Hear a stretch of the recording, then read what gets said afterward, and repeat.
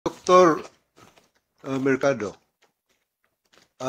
ano bang criteria to be qualified sa no balance billing program? Kasi parang na-misunderstood ito masyado sa mga tao na sabi walang bayad pero pag punta nila sa ospital, marami man silang babayaran pa.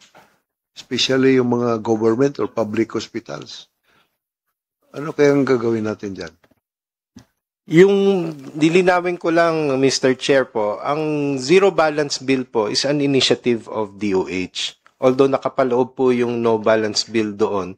Kasi ang rule po namin ay pag basic accommodation, yung pangmaramihan po, na may sinishare po yung banyo, sinag-share po ng isang kwarto. Yun po ay dapat kung ano po ang kino-cover ng PhilHealth, yun lang po yung tatanggapin ng hospital. Pero yung zero balance bill po, dahil pinakita po namin kanina, halimbawa for DOH hanggang mga 50-60% pa lang po yung nako-cover namin sa actual bill. Sa ang pinagkukunan na po doon ay MAIPIP at saka yung GAA, yung kanilang pong line item sa kanilang budget. So, yung zero balance bill po sa amin pong rules ay doon po sa basic accommodation. Opo.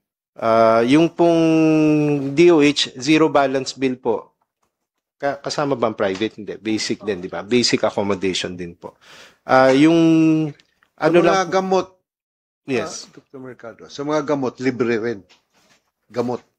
Pag na-confine po, kasama po yun. Pati yung professional fee, yung mga operation, yung mga ganon. Mr. Chair, basta po nasa basic accommodation po or yung pong ward natin, yung po yung may zero balance billing. So, una po, i-cover po muna ng PhilHealth kung ano man po yung total ng bill po nila, ililess po yung PhilHealth. And yung pong the rest po doon, yun na po yung sasagutin ng DOH through the MAIPIP and yun nga po sa GAA po namin. How about yung mga test? Yung blood test, yung mga ganon,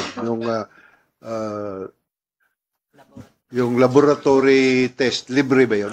Included po yun, Mr. Chair, kung naka-confine po yung patient natin sa mga wards po ng ating DOH hospitals.